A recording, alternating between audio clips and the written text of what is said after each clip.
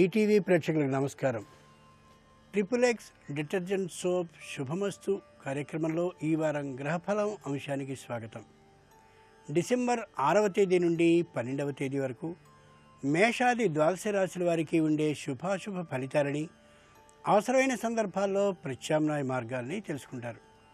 జన్మ ఫలం లగ్న బలం శీర్షికలో మిథున లగ్నం వారు తమ వృత్తి, ఉద్యోగ, వ్యాపార, విద్యారంగాల్లో విశేషమైన ప్రతిభని కొనసాగించడం కోసం ఏ విధమైన ఆరాధనని చేపట్టాలో ఆ అంశాలని, దాంతోపాటు అదృష్ట భాగ్యం సంఖ్యాశాస్త్రం శీర్షికలో తమ అదృష్ట సంఖ్య 1 అయినటువంటి వారు ఏ విధమైన విశేష ఫలితాలని సాధించడం కోసం ఆరాధనని చేపట్టాలో, ఉపాధి అవకాశాలని ఏ విధంగా స్వీకరించాలో ఆ విశేషాలని తెలుసుకుంటారు. ముందుగా నేటి పంచాంగం. స్వస్తి శ్రీ చాంద్రమాన మన్మథనామ సంవత్సరం, దక్షిణాయనం, శరదృతువు, కార్తీక మాసం, బహుళపక్షం. ఇక ఈ వారంలో ముఖ్యమైన రోజుల్ని పరిశీలించి చూస్తే 8వ తేదీ తిరుచానూరు శ్రీ పద్మావతి అమ్మవారి కార్తీక బ్రహ్మోత్సవాల ప్రారంభం, 9వ తేదీ మాస శివరాత్రి, 12వ తేదీ మార్గశీర్ష మాస ప్రారంభం. ఇక క్రమంగా మేషాది ద్వాదశ రాశుల వారి ఫలితాలని పరిశీలిద్దాం. ముందుగా మేషరాశి. ఈ వారం మేషరాశి వారి ఫలితాలని పరిశీలించి చూస్తే గురువు పంచమంలో ఉన్నాడు, శని అష్టమంలో ఉన్నాడు, రాహు కేతువులు షష్ఠ, ద్వాదశ స్థానాల్లో ఉన్నారు. అశ్విని నక్షత్ర జాతకులకి వ్యాపారంలో భాగస్వాములతో చిన్నదైనటువంటి పొరపచ్చం తలెత్తడమే కాకుండా అది మెల్లగా కలహానికి కూడా త్రోవ తీయవచ్చు. అంచేత శ్రద్ధగా ఉండి తీరవలసిందే. భరణీ నక్షత్ర జాతకులకి కుటుంబంలో ఐకమత్యంలో పొరపత్యం ఏర్పడుతుంది. కుటుంబ సభ్యులతో తీవ్రమైన వివాదం వచ్చే అవకాశం కూడా కనిపిస్తోంది. కాబట్టి వీలైనంత వరకు దూరంగా ఉండడం ఉత్తమం. కృత్తికా నక్షత్ర జాతకులకి మిత్రులతో కానీ బంధువులతో కానీ అనవసరమైనటువంటి వివాదం, తగాదా ఏర్పడే అవకాశం కనిపిస్తోంది. ఆ వివాదాన్ని, తగాదాన్ని దూరం పోనిచ్చుకోకుండా ఉండేలా జాగ్రత్త పడగలగాలి. సరస్వతి అష్టోత్తర శతనామ పఠనాన్ని చేస్తూ గడపాలి. ఈ వారాన్ని పాత్రులైనటువంటి వారికి అవసరమైన పుస్తక దానాన్ని చేయడం ఉత్తమం. ముఖ్యంగా ఈ రాశివారు ఈ వారం వివాదాల జోలికి పోకుండా జాగ్రత్త పడడం ఎంతైనా అవసరం. ఇక ఈ వారం వృషభ రాశి వారి ఫలితాలని పరిశీలించి చూస్తే గురువు చతుర్థంలో ఉన్నాడు, శని సప్తమంలో ఉన్నాడు, రాహుకేతువులు పంచమ, ఏకాదశ స్థానాల్లో ఉన్నారు. కృత్తికా నక్షత్ర జాతకులు రచయితలైతే చక్కనైనటువంటి పురస్కారాలు లభించే అవకాశం కనిపిస్తోంది. సంఘంలో తమదైనటువంటి ఆ వృత్తిలో మంచి గుర్తింపుని పొందే అవకాశం బాగా కనిపిస్తోంది. రోహిణీ నక్షత్ర జాతకులు నాటక రంగానికి, ఇతర కళారంగానికి చెందిన వారైనట్లయితే తాము తప్పక అభివృద్ధి పథాన వెళ్లేందుకు సరైనటువంటి అవకాశాలన్నీ ఈ వారంలో కలిగే అవకాశం పుష్కలంగా కనిపిస్తోంది. మృగశిర నక్షత్ర జాతకులకి వృత్తి, ఉద్యోగ, వ్యాపార రంగాల్లో విశేషమైనటువంటి ప్రతిభ బయటపడడమే కాకుండా దానికి సరిపోయినటువంటి ఆర్థిక లాభం కూడా కలిగే అవకాశం మెండుగా ఉంది ఈ వారంలో. దుర్గా అష్టోత్తర శతనామ పఠనాన్ని చేస్తూ గడపడం ఉత్తమం. చలికాలం కాబట్టి మంచు కూడా ప్రవేశించబోతోంది కాబట్టి అర్హులైనటువంటి వారికి దుప్పట్లని దానం చేయడం ఉత్తమం. ముఖ్యంగా ఈ రాశివారు ఈ వారం తమ ప్రశంసని తామే చేసుకోవడం, అంటే గొప్పలు చెప్పుకోవడం ఏమాత్రమూ సరికాదు. ఇక ఈ వారం మిథున రాశి వారి ఫలితాలని పరిశీలించి చూస్తే గురువు తృతీయంలో ఉన్నాడు, శని షష్ఠంలో ఉన్నాడు, రాహు కేతువులు చతుర్థ, దశమ స్థానాల్లో ఉన్నారు. మృగశిర నక్షత్ర జాతకులు ఆర్థికమైనటువంటి విషయాల్లో ప్రమత్తంగా ఉన్నటువంటి కారణంగాను, అప్రమత్తంగా లేకుండినటువంటి కారణంగాను చిన్నదైనటువంటి ఇబ్బందిలో పడే అవకాశం కనిపిస్తుంది. తొందరగా దాని నుండి బయటపడగలరు, కానీ తాత్కాలికమైనటువంటి మానసిక అశాంతికి గురవుతారు. ఆర్ద్ర నక్షత్ర జాతకులు తమకి సంబంధించిన ఆలోచనల్ని వెనుకగా చేయడం వల్ల, ఆలస్యంగా చేయడం వల్ల ముఖ్యమైనటువంటి అవకాశాలని సరైనటువంటి కాలంలో కోల్పోయే పరిస్థితి కనిపిస్తోంది. అంచేత తొందరగా మేల్కోవడం ఎంతైనా అవసరం.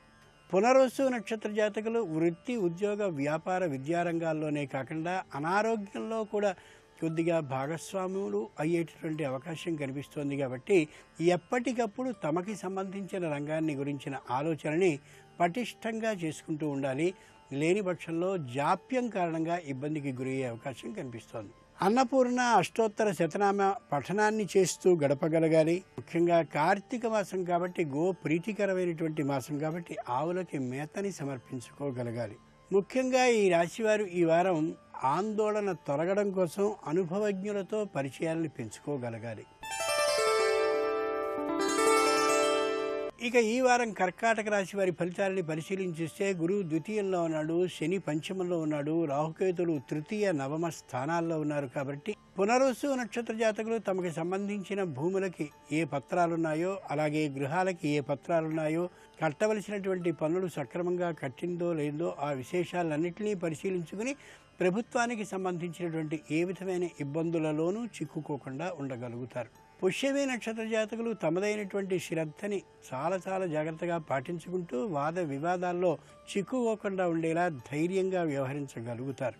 ఆశ్లేష నక్షత్ర జాతకులు ముందే జాగ్రత్తపడి అనారోగ్య విధానంలో కానీ అలాగే ఇతరమైనటువంటి వివాదాల్లో కానీ చిక్కుకోకుండా సుఖంగా ప్రశాంతంగా ఈ వారాన్ని గడపగలుగుతారు. లలిత అష్టోత్తర శతనామ పఠనాన్ని చేస్తూ గడపాలి ఈ వారాన్ని. ఈ వారంలో మార్గశీర్ష మాస ప్రారంభం అవుతున్నటువంటి కారణంగా ఆలయానికి కావలసినటువంటి పూజా ద్రవ్యాలను యథాశక్తి సమర్పించడం శ్రేయస్కరం. ముఖ్యంగా ఈ రాశివారు ఈ వారం ఆధ్యాత్మిక ప్రసంగాలను వింటూ మనసుని ప్రశాంతంగా ఉంచుకోవాలి. ఇక ఈ వారం సింహరాశి వారి ఫలితాలని పరిశీలన చూస్తే గురువు ప్రథమంలో ఉన్నాడు, శని చతుర్థంలో ఉన్నాడు, రాహుకేతువులు ద్వితీయ అష్టమ స్థానాల్లో ఉన్నారు.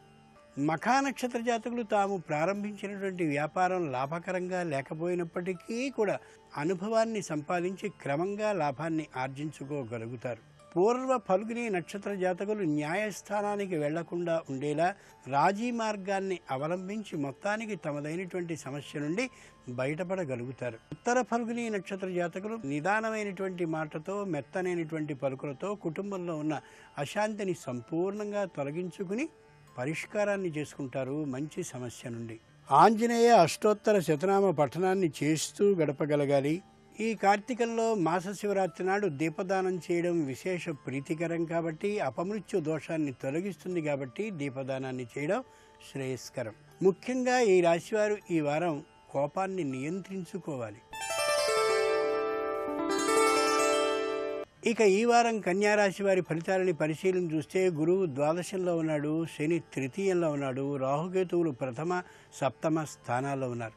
ఉత్తర ఫల్గుని నక్షత్ర జాతకులు మంచి ఆలోచనతో మంచి అనుభవజ్ఞులతో సంప్రదింపులు చేసి కార్య ఆలోచనంతటినీ సమగ్రంగా ప్రణాళిక రచన చేసినప్పటికీ కూడా ఆ పని కార్యరూపాన్ని దాల్చకపోవచ్చు.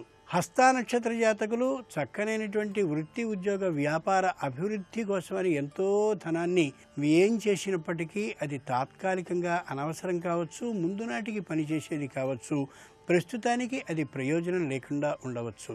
చిత్తా నక్షత్ర జాతకులు తాము చేసినటువంటి కృషి మొత్తం కూడా వ్యర్థం అయిపోతుందేమో అనే భయానికి గురవుతారు. కానీ ఇది తాత్కాలికమైనటువంటి భయమే తప్ప కొంతకాలానికి ఇది మొత్తం ఫలవంతం అవుతుందని గ్రహించగలగాలి. ప్రస్తుతానికి మాత్రం నిష్ప్రయోజనకరంగానే అనిపించవచ్చు.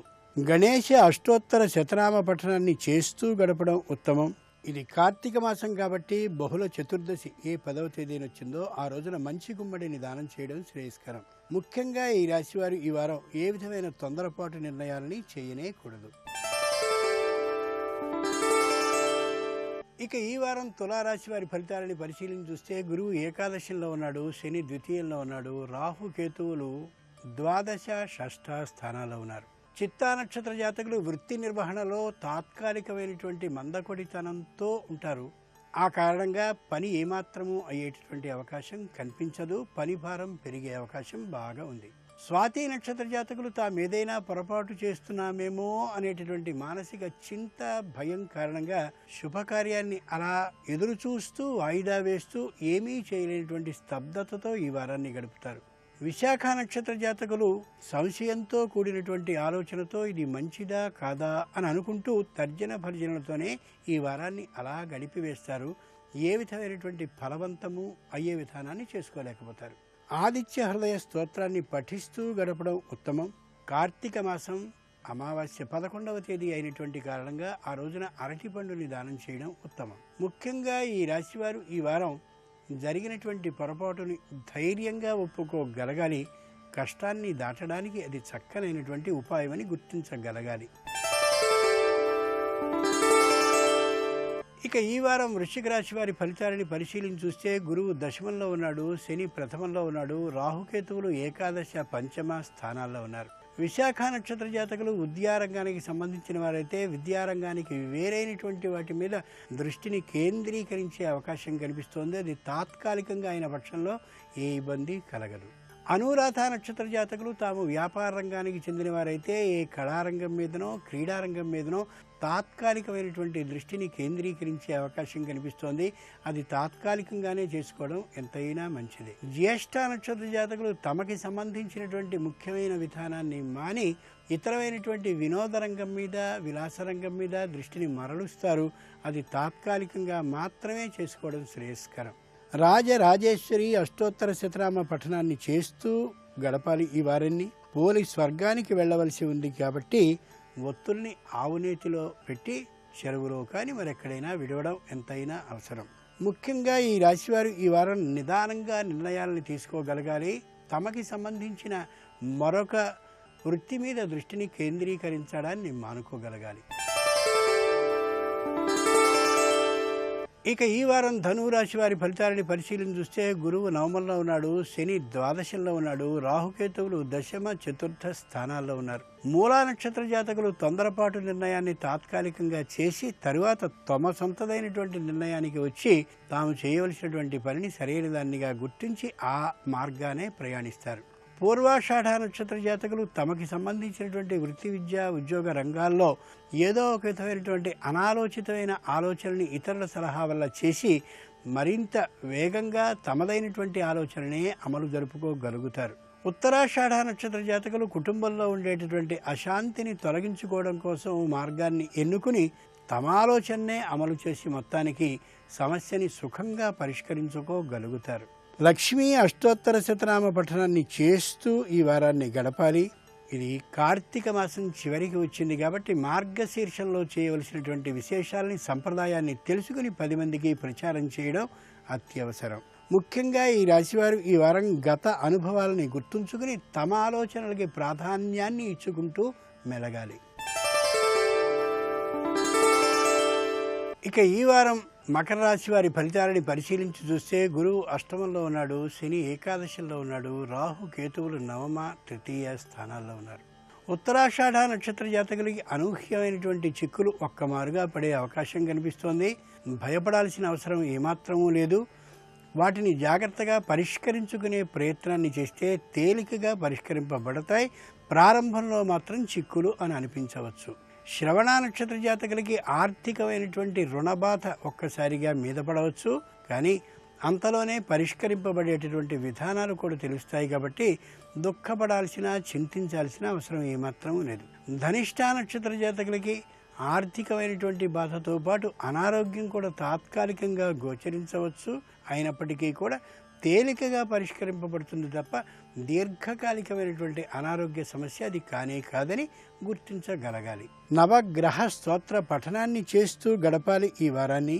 కార్తీక మాసం కాబట్టి 12వ తేదీ అమావాస్య అవుతుంది కాబట్టి శివప్రీతికరమైనటువంటి భస్మంతో ఆయనకి అభిషేకాన్ని చేయడం ఎంతైనా శ్రేయస్కరం.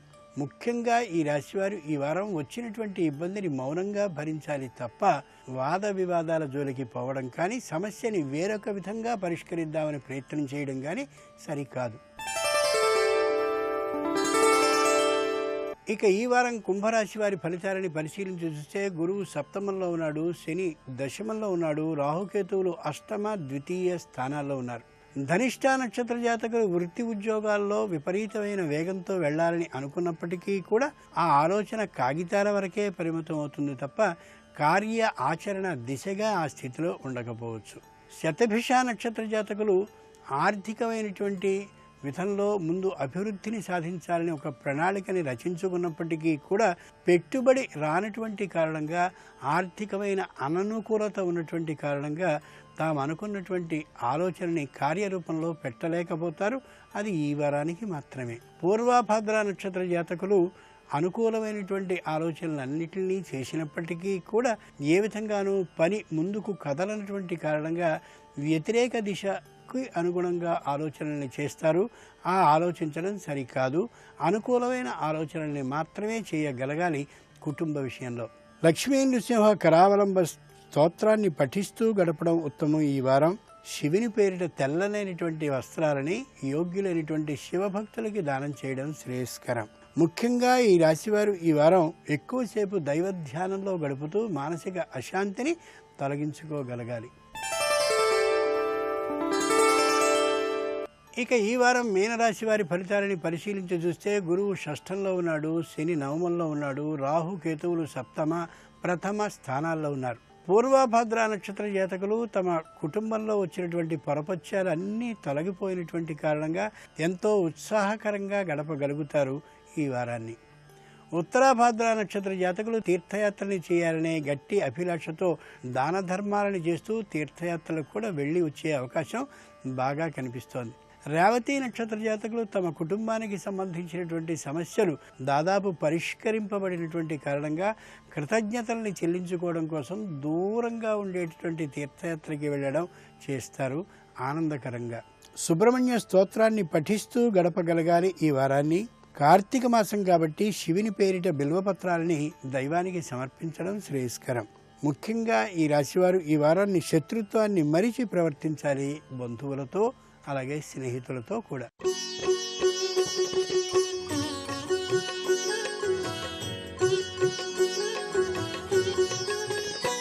జలధరదేహునాజాను చతుర్బాహు సరసీరుహక్షు విశాలవక్షు జారు గదా శంఖచక్ర పద్మ విలాసు కంఠ కౌస్తుభమణి కంతిభాను కమనీయ కటిసూత్ర కంకణ కేయూర శ్రీవత్సలంచనంచిత విహారు మరుకుండల ప్రభాయుత కుంతలలలాటు వైఢూర్య మణిగణ వరకిరీటు బాలు పూర్ణేందు రుచిజాలు భక్త లోకపాలు సుగుణాలవాలు కృపావిశాలు చూచి తిలకించి పులకించి చోద్యమంది ఉబ్బి చెలరేగి వసుదేవుడు ఉత్సహించి అంటారు కృష్ణావతార ఘట్టంలో.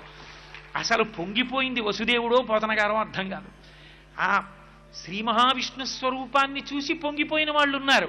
అన్నిటికన్నా విచిత్రం ఏంటంటే పంచాక్షరీ మహామంత్రాన్ని జపం చేస్తూ శ్రీ మహావిష్ణువు దర్శనం పొందిన వాళ్ళు ఉన్నారు. లీలాశుకుడు చెప్పుకున్నాడు, శైవావయం నఖలతత్రు విచారణీయం పంచాక్షరీ జపపరాని తరం తథాపి చేతోస్మదీయమతసీ కుసుమావభాసం స్మేరాననం గోపవధూ కిశోరం అన్నాడు. నేను ఏమీ అనుమానం లేదు, పరమశైవుణ్ణి, శివభక్తుణ్ణి. కాబట్టి శైవావయం నఖలతత్ర విచారణీయం. మీరెందుకు తలకాయలు కొట్టుకుంటారు? నేను శైవుణ్ణి. పంచాక్షరీ జపపరానితరాం తథాపి, నేను ఎప్పుడూ పంచాక్షరీ చేస్తా. పంచాక్షరీ మహామంత్రం చేస్తుంటే నా మనసు ఏది ఊహిస్తుందో తెలుసా? చేతోస్మదీయమతసీ కుసుమావభాసం, అతసీ పుష్ప సంకాశం హరనూపుర కుండలం అంటాం కదా. అతసీ పుష్పం ఎలా ఉంటుందో అలా మెరిసిపోయేటటువంటి నల్లని చిన్ని కృష్ణుడు నాకు కనపడుతూ ఉంటాడు. ఆ కృష్ణుణ్ణి దర్శనం చేస్తూ ఉంటాను, పంచాక్షరీ జపం చేస్తూ ఉంటాను. దర్శనం ఇచ్చాడా లేదా? శ్రీకృష్ణ పరమాత్మ దర్శనం ఇవ్వలా? వ్యాస భగవానుడు పోతనగారు అనుభవించినటువంటి దానికన్నా ఎక్కువగా అనుభవించాడు లీలాశకుడు కృష్ణుడి యొక్క లీలల్ని. కాబట్టి ఆ పరిపక్వత అంతటా నిండిపోయినటువంటి ఆ తేజోస్వరూపమైనటువంటి పరమేశ్వర దర్శనాన్ని పొందగలగడం గొప్ప. శంకరులు లక్ష్మీదేవిని పిలిచారు. శంకరాచార్యుల వారి జీవితంలో మొట్టమొదటి స్తోత్రం కనకధార. అప్పటికి సన్యాసం తీసుకోవాలి ఆ పిల్లవాడు. వెళ్ళి వృద్ధ బ్రాహ్మణి ఇంటి ముందు నిలబడి లక్ష్మీదేవిని పిలవలసి వస్తే శాకాంబరీతి శశిశేఖర వల్లభేతి సృష్టి స్థితి ప్రళయకైలుష సంస్థితాయై తస్మై నమస్త్రిభువనైక గురోస్తరుణ్యై అన్నారు. అమ్మా గిర్దేవతేతి గరుడధ్వజ సుందరీతి శాకాంబరీతి శశిశేఖర వల్లభేతి అన్నారు. ముగ్గురు మూర్తుల యొక్క శక్తి స్వరూపాలని పెట్టి పిలిచారు. పిలిస్తే లక్ష్మీదేవి వెంటనే పలికి కనకధార కురిపించలా? అది అంతటా నిండిపోయిన పరమాత్మని కాంతి స్వరూపంగా, ఆ కాంతి ఎందే అన్నీ ఉన్నాయి. అసలు ఆ కాంతి ఎందే నీకు కనపడుతున్నాయి. ఆ కాంతి నీకు ఎలా కావాలంటే అలా కనపడుతుంది. అలా ఉండగలిగినటువంటి ఆ తేజోరూపమైన పరమాత్మని నేను ఆరాధన చేస్తున్నాననేటటువంటి ఆంతర సంస్కారాన్ని పొందడం, 10 మెట్లు పైకెక్కి నిలబడి అంతటా ఈశ్వర దర్శనం చెయ్యగలిగినటువంటి మహోత్కృష్టమైనటువంటి స్థితికి చేరుకోగలగడానికి ప్రతీక కార్తీక దీపం. అందుకే కార్తీక దీపం అని ప్రత్యేకంగా పిలవడానికి కారణం అది. ఆ హృదయ సంస్కారం అబ్బాలని కాదు. నేను మీతో ఒక మాట మనవి చేశాను. సమస్త ప్రాణుల యొక్క విభూతిని మనం వాడుకుంటున్నాం, కాబట్టి అన్ని ప్రాణులకు కూడా ఈశ్వరానుగ్రహాన్ని కల్పించవలసినటువంటి అవసరం మనుష్య ప్రాణికి ఉన్నది. అందుకే భూతయజ్ఞము అని ప్రత్యేకంగా ఒక యజ్ఞం మనకి విధింపబడింది.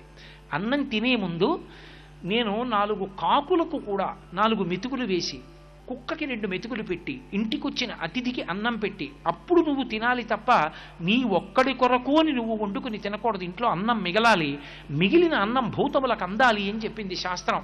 ఎందుకని అంటే అవన్నీ తమకి ఏ విభూతులున్నాయో ఆ విభూతులతో నిన్ను సేవిస్తున్నాయి. ఓ గుర్రం ఉంది, దాన్ని ఎక్కి నువ్వు పరిగెత్తుకుంటూ ఆ గుర్రం పరిగెడితే నువ్వు నీ జయాన్ని చేరుకోగలుగుతున్నావు. ఓ ఏనుగుంది, ఏనుగెక్కి యుద్ధం చేస్తున్నావు, నువ్వు గొప్ప పండితుడివి, నిన్ను ఏనుగెక్కించి గజారోహణం అని ఓ పెద్ద సత్కారం చేశారు. ఓ ఆవు ఉంది, దాన్ని పాలుచ్చుకుంటున్నావు. ఓ ఎద్దుంది, నాగలి దానికి తగిలించి భూమిని దున్నుకుంటున్నావు.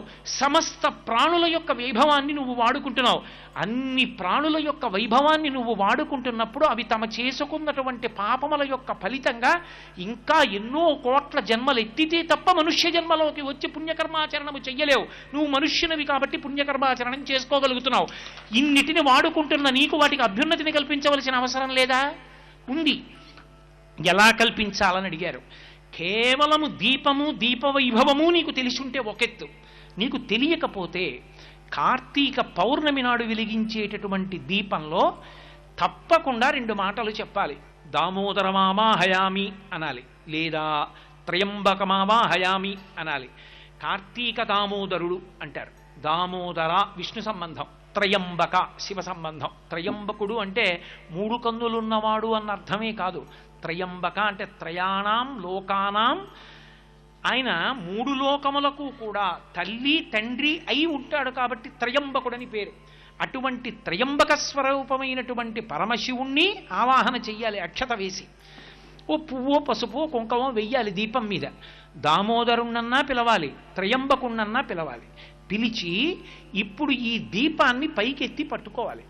ఈ దీపాన్ని పైకెత్తన్నా పట్టుకోవాలి, లేదా నువ్వు ఒక ఎత్తైన ప్రదేశంలోనన్నా ఉంచాలి. అందుకే కార్తీక మాస ప్రారంభం దేంతో అంటే ఆకాశ దీపంతో ప్రారంభం.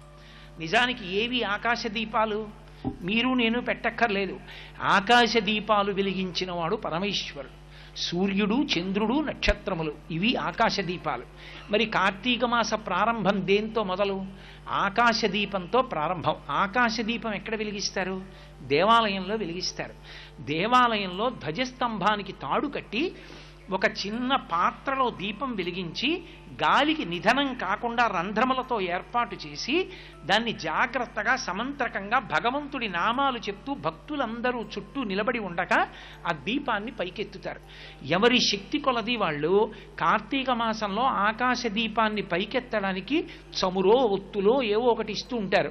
అది పైకెత్తుతారు. ఎందుకని? ఇప్పుడు ఆ దీపం ధ్వజస్తంభం మీద ఉండి అంతటా వెలుతురు చిమ్ముతుంది.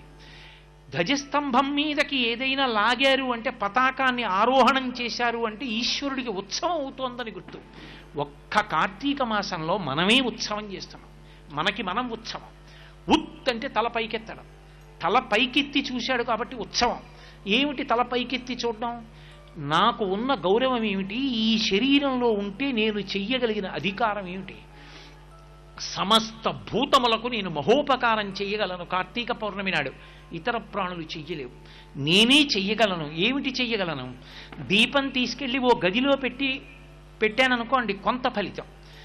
వీధిలోకి తీసుకొచ్చి దీపం పెట్టాననుకోండి, విశేష ఫలితం. అందుకే గుత్తి దీపాలని పెడతారు. ఇంతంత ఒత్తులు కట్టకట్టి వెలిగిస్తారు ఆ రోజున. యథార్థానికి శాస్త్రంలో ఏం చెప్పారంటే, ఆ రోజున చెత్త కూడా వెలిగించాలి. వీధులలో ఉన్న చెత్త కూడా వెలిగించేసేయమన్నారు. కానీ లౌకికాగ్నితో వెలిగించకూడదు. మీ ఇంట దీపం వెలిగించి కార్తీక పౌర్ణమి నాటి ప్రదోష వేళ దామోదరమావాహయామి అని కానీ, త్రయంబకమావాహయామి అని కానీ అని ఆ దీపంతో వెలిగించాలి. ఈ దీపం పెట్టి ఒక్కసారి ఆకాశం వంక చూసి ఒక శ్లోకం చెప్పాలి. కీటాపతంగాహమశకాశ్చ వృక్షాః జలే స్థలే ఏ నివసంతి జీవాః దృష్ట్వా ప్రదీపం నచ జన్మభాగినః భవంతి త్వం స్వ్యపచాహి విప్రాః. ఈ శ్లోకం చెప్పి నమస్కారం చెయ్యాలి. ఇప్పుడు నువ్వు ఆ నమస్కారం చేస్తే పరమేశ్వరుడు ఎంతో ఆనందాన్ని పొందుతాడు. కూడా వీడికి నేను మనుష్య శరీరాన్ని ఇస్తే వీడు ఇన్ని భూతములలో ఉన్న విభూతిని వాడుకున్నాడు. ఇన్నిటిని వాడుకున్నందుకు ఇవాళ వీడు ప్రత్యుపకారం చేశాడు. ఈ ఉపకార బుద్ధి కృతజ్ఞత ఉన్నవాడు కాబట్టి నా మాట నమ్మి ఉపకారం చేశాడు కాబట్టి వీడికి నేను మళ్ళీ మనుష్య శరీరం ఇవ్వచ్చు. ఈ మాట చెప్పినప్పుడు కీటాః పతంగాః మశకాశ్చ వృక్షాః, కీటకములుంటాయి, చిన్న చిన్న పురుగులు. అవి ఎందుకు పుడతాయంటే దీపంలో పడి చచ్చిపోవడానికే పుడతాయి. వాటి వల్ల ఏమైనా ఉపయోగం ఉంటుందా అంటే నాకేం ఉండదు. బల్లులకు ఉంటుంది, బల్లులు తింటాయి వాటిని, ఇతర భూతములకు ఆహారం అయిపోతాయి. అథవా వాటి ఆయుర్దాయం అంతా దేనివల్ల నశించిపోతుందంటే దీపం వల్ల నశించిపోతుంది. ఆ దీపం యొక్క జ్యోతి మీదకి వచ్చి పడిపోయి అవి కింద పడిపోయి రెక్కలు ఊడిపోతాయి వాటికి. అటువంటి దీపపు పురుగులు దీపం మీద పడి కాలిపోవడం చచ్చిపోవడమే తప్ప అభ్యున్నతి పొందింది లేదు. ఆ దీప వైభవం వాటికి తెలిస్తే కదా.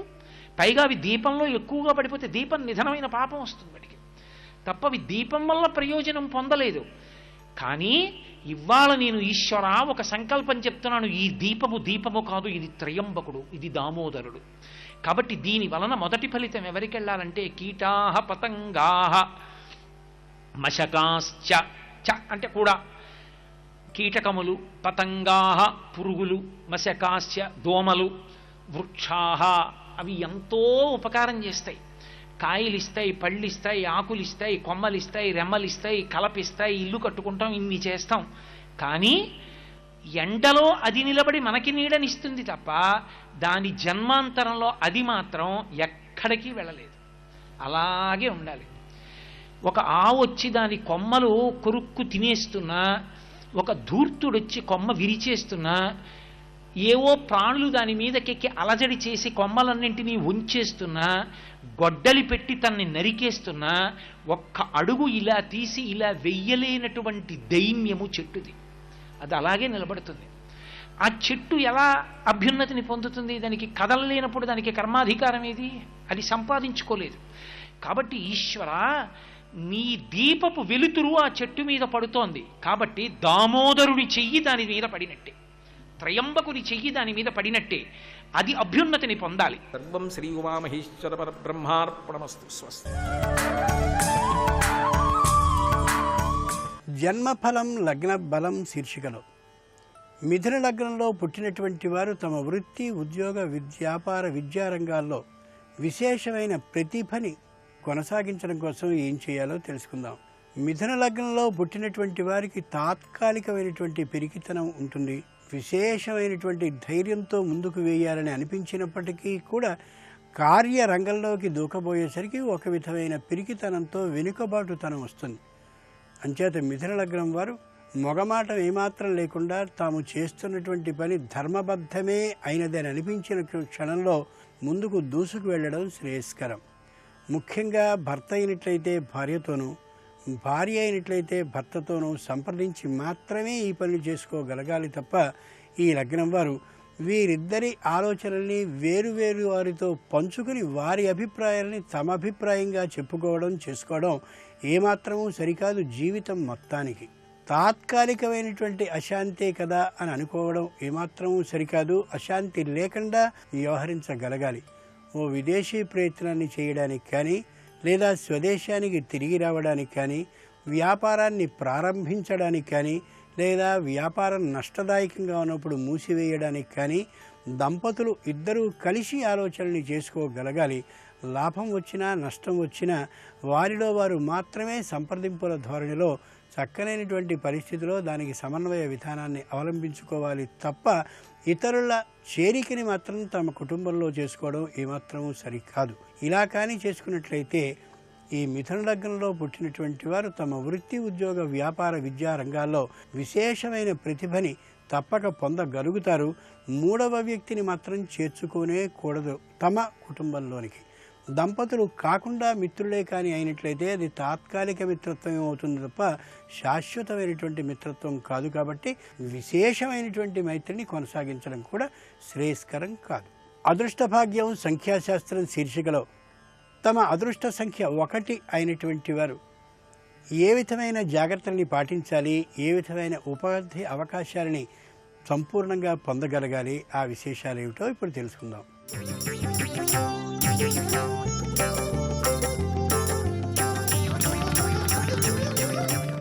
XXX డిటర్జెంట్ సోప్ శుభమస్తు కార్యక్రమంలో అదృష్ట భాగ్యం సంఖ్యాశాస్త్రం అనేటువంటి అంశానికి స్వాగతం.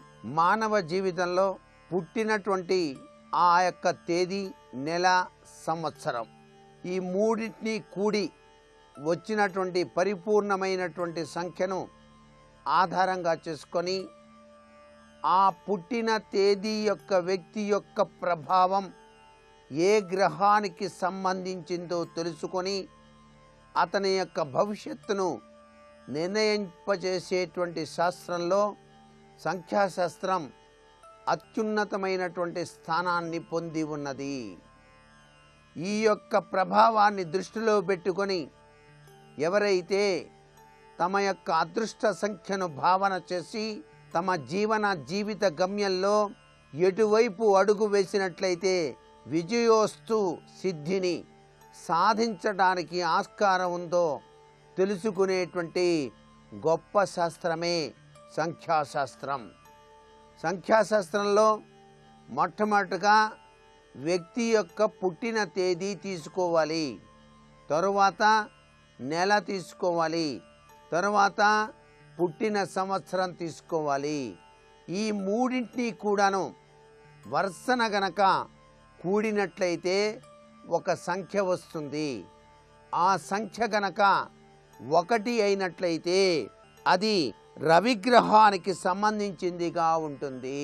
ఉదాహరణకు 4/4/1955లో పుట్టిన వ్యక్తి యొక్క పరిపూర్ణ సంఖ్య ఎంత అని చెప్పేసి గమనించినట్లయితే 4 + 4 + 1 + 9 + 5 + 5 మొత్తం గనక కూడినట్లయితే 28 వస్తుంది. ఈ 2 + 8 = 10 అవుతుంది. 10 అంటే 1 + 0 = 1.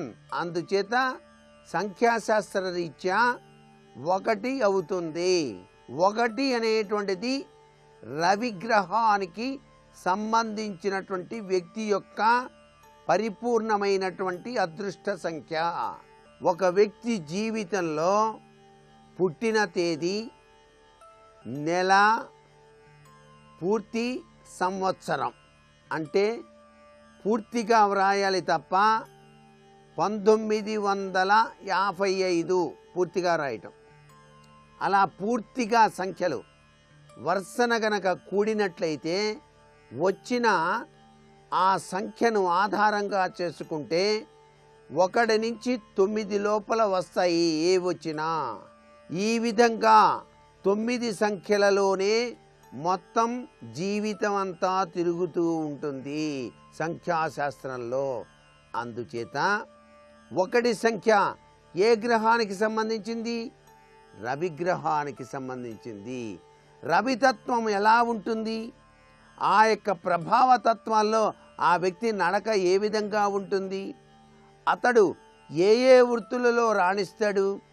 అతడికి విద్యలో రాణించటానికి ఏ మార్గాన్ని ఎన్నుకుంటే అదృష్ట భాగ్యం పడుతుంది? ఇతను పెట్టుబడి పెట్టి వ్యాపారాలు చేస్తే ఎటువంటి వ్యాపారాల్లో బాగా రాణిస్తాడు? ఇతనికి వచ్చేటువంటి భార్య ఏ విధంగా ఉంటుంది? ఆ భార్యను కూడా ఏ సంఖ్య కలిగిన భార్యను గనక వివాహం చేసుకుంటే చక్కటి యోగవంతమైన జీవితాన్ని సాగించవచ్చు. సంతానం ఏ విధంగా ఎంతమంది కలుగుతారు? సంతానము యొక్క అభివృద్ధి ఏమిటి? ఇవన్నీ కూడా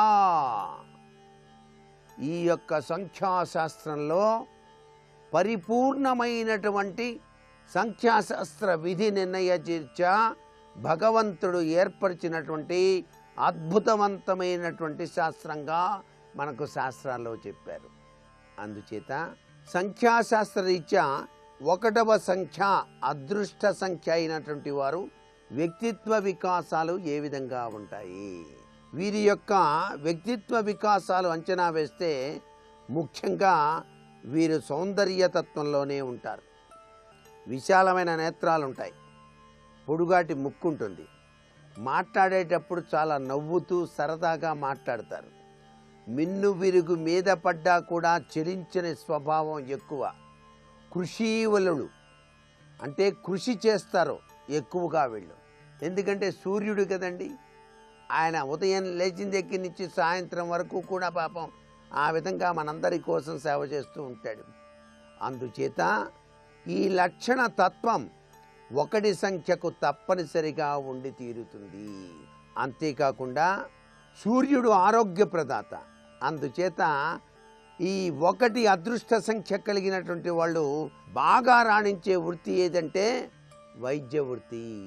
వైద్య వృత్తిని గనక స్వీకరించినట్లయితే అదృష్టం పట్టి వరిస్తుంది.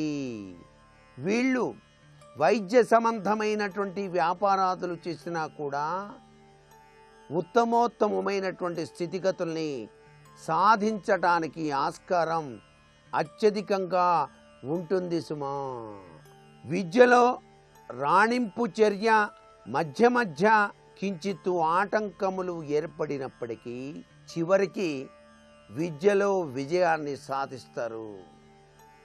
వీరి యొక్క వృత్తిపరమైనటువంటి భావన పరంపర గనక ఆలోచన చేసినట్లయితే వీరు ధార్మిక సంస్థలను నిర్వహించటంలోనూ లేక వైద్య వృత్తిలోనూ లాయర్లుగా గాను బాగా రాణించటానికి ఆస్కారం అత్యధికంగా ఉంటుంది. వీరు మిన్ను విరిగి మీద పడ్డా చెలించని స్వభావం కలిగి ఉంటారు. ధైర్య సాహసోపేతమైనటువంటి ప్రభావాలు ఎక్కువగా ఉంటాయి. వీరు తమ ధనం సంపాదనలో దాచిపెట్టుకోవాలి అనేటువంటి జిజ్ఞాస స్వగభాగం అయిపోయిన తరువాతనే వస్తుంది. బంగారపు వర్ణం, పసుపు వర్ణం కలిగినటువంటి దుస్తులు ధరించటం సర్వే సర్వత్రా శ్రేయోదాయకం. గృహయోగం, వాహనయోగం వచ్చి తీరుతాయి.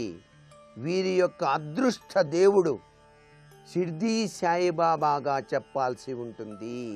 అంటే విష్ణు శివ తత్వంలో కూడినటువంటి దేవతామూర్తుల్ని కొలవాలి. వీరి యొక్క అదృష్ట రత్నం కనక పుష్యరాగం, చూపుడు వేలికి ధారణ చేయాలి. లక్కీ నెంబర్ 2 కలిగిన వారి యొక్క అదృష్ట భాగ్యం ఏ విధంగా ఉంటుందో వచ్చే ఆదివారం తెలుసుకుందామా మరి. సర్వే జనా సుఖినో భవంతు.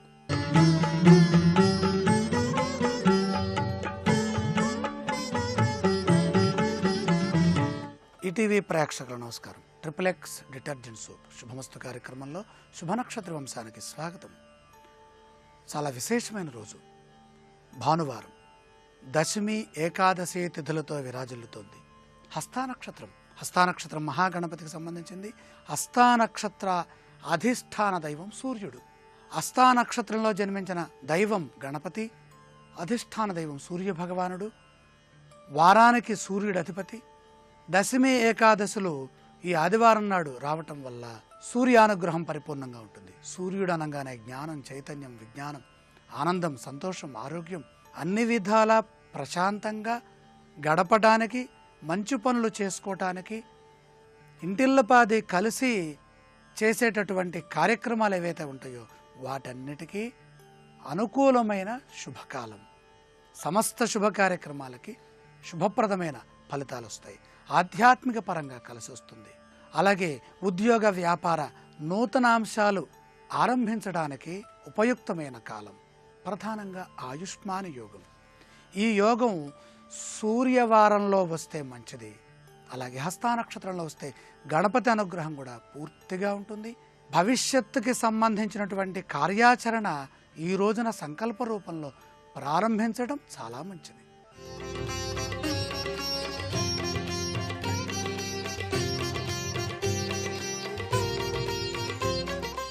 విజయోస్తంశానికి స్వాగతం. ముఖ్యంగా తక్కువ పెట్టుబడితో చేసుకునేటటువంటి చిన్న వ్యాపారాలు ఏవైతే ఉంటాయో వాటికి ప్రధానంగా శుక్రవారము, బుధవారము శుభాన్నిచ్చేటటువంటి శుభవారాలు. అంటే లక్ష్మీ కటాక్షం అనుకూలంగా ఉండటానికి వ్యాపారం చిన్నదైనా పెద్దదైనా ఆ లక్ష్మీ అదృష్టం మనకి కావాలి. దీనికి వ్యాపార సంబంధమైనటువంటి బలం చేకూరాలి. ఇందులో చర నక్షత్రాలు కావాలి. చర నక్షత్రాలు దేనికి సంకేతము?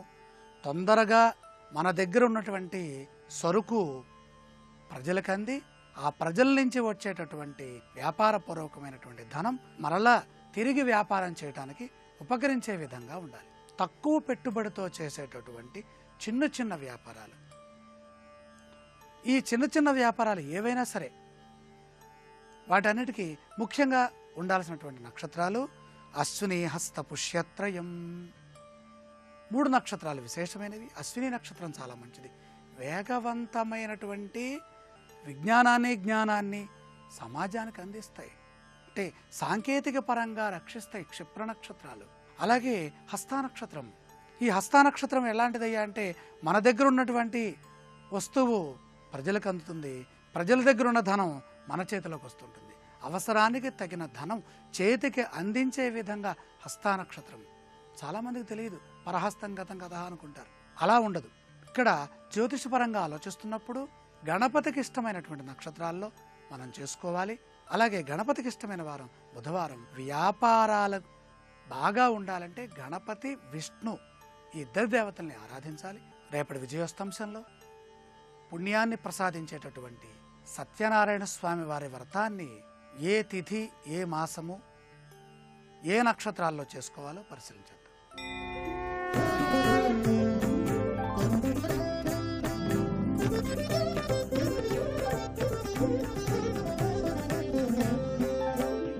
ఈటీవీ ప్రేక్షకులకు నమస్కారం. త్రిబులెక్స్ డిటర్జెంట్ సోప్ శుభమస్తు కార్యక్రమంలో పావన కార్తీకం అనే శీర్షికకి స్వాగతం. ఈ శీర్షికన కార్తీక మాసంలో ఎటువంటి ప్రత్యేకమైన విధి విధానాలను పాటించాలో, తద్వారా ఎలాంటి ప్రయోజనాలను సిద్ధింపజేసుకోవచ్చో పరిశీలిద్దాం. కార్తీక మాసంలో సంధ్యా సమయంలో శివకేశవుల ఆలయ ప్రాంగణంలో కానీ, గృహం ముందు భాగంలో కానీ నువ్వుల నూనె ప్రమిదలో పోసి దీపాన్ని వెలిగించి శ్రీ మహావిష్ణు ప్రీత్యర్థం అని స్మరించుకున్నట్లయితే సర్వ సంపదలు చేకూరుతాయని నిర్ణయామృతం అనే గ్రంథంలో వర్ణించడం జరిగింది. అలాగే ఈ కార్తీక మాసంలో వచ్చే దశమి, ఏకాదశి, ద్వాదశి తిథులలో విష్ణుమూర్తిని తులసి దళాలు, మల్లెపూలు, పద్మాలు, జాజిపూలతో పూజించినట్లయితే కార్తీక మాసంలో దశమి, ఏకాదశి, ద్వాదశి తిథులలో శ్రీ మహావిష్ణువుని తులసి దళాలు, మల్లెపూలు, జాజిపూలు, పద్మాలతో పూజించినట్లయితే ఎప్పటికీ ధనానికి లోటు అనేది లేకుండా మహాలక్ష్మీదేవి గృహంలో స్థిర నివాసం ఏర్పాటు చేసుకుంటుందని శాస్త్రాలలో వర్ణించడం జరిగింది. అలాగే ఈ కార్తీక మాసంలో పరమేశ్వరుడిని మారేడు దళాలు, జిల్లేడు పూలు ఈ రెండింటినీ కలిపి పూజించినట్లయితే ఉత్తమమైనటువంటి ఫలితాలు కలుగుతాయని, శివానుగ్రహాన్ని సులభంగా పొందవచ్చని, సర్వ సంపదలు చేకూరుతాయని మనకి పురాణాలలో, శాస్త్రాలలో వర్ణించడం జరిగింది. అదేవిధంగా కార్తీక మాసంలో గృహంలో శివాభిషేకం చేసి శివాలయానికి వెళ్ళి శివాలయంలో గణపతిని దర్శించుకొని ఆ తర్వాత శివాలయ ప్రాంగణంలో 2 ప్రమిదలను ఉంచి ఒక ప్రమిదలో ఆవు నెయ్యి, ఇంకొక ప్రమిదలో నువ్వుల నూనె పోయాలి. ఒక నూతన వస్త్రాన్ని తీసుకొని ఆ నూతన వస్త్రంతో ఒత్తులలాగా తయారు చేసి 2 ఒత్తులను ఆవు నెయ్యి పోసిన ప్రమిదలో, 2 ఒత్తులను నువ్వుల నూనె పోసిన ప్రమిదలో వేయాలి. ఆ తర్వాత ఆ 2 ప్రమిదలను వెలిగించి గృహానికి వచ్చి గృహంలో ఒక ముత్తైదువని ఇంటికి పిలిచి లేదా బ్రాహ్మణుడిని ఇంటికి పిలిచి భోజనం పెట్టాలి. ఇలా ప్రత్యేకమైన విధి విధానాలతో గృహంలో శివాభిషేకం చేసుకొని ఆలయానికి వెళ్ళి గణపతిని దర్శించి 2 ప్రమిదలలో ఆవు నెయ్యితో, నువ్వుల నూనెతో దీపాలను వెలిగించి ఆ తర్వాత గృహంలో ముత్తైదువకు కానీ బ్రాహ్మణుడికి కానీ భోజనం పెట్టినట్లయితే గణపతి, పరమేశ్వరుడు వీళ్ళిద్దరి యొక్క అనుగ్రహాన్ని పొంది సర్వకార్యాలలో సులభంగా విజయాన్ని సాధించవచ్చు. అదేవిధంగా కార్తీక మాసంలో విద్యార్థులు ఎవరైనా సరే గణపతి ఆలయానికి వెళ్ళి గణపతి ఆలయంలో దీపాన్ని వెలిగించి దీపదానం చేసినట్లయితే విద్యారంగంలో విశేషమైన రీతిలో రాణించి చక్కటి పురోభివృద్ధిని సాధించవచ్చు. రేపటి శుభమస్తు కార్యక్రమంలో పావన కార్తీకం అనే శీర్షికన కార్తీక బహుళ ఏకాదశి సందర్భంగా ఎటువంటి విధి విధానాలను పాటించాలో, తద్వారా ఎలాంటి ప్రయోజనాలను సిద్ధింపజేసుకోవచ్చో పరిశీలిద్దాం.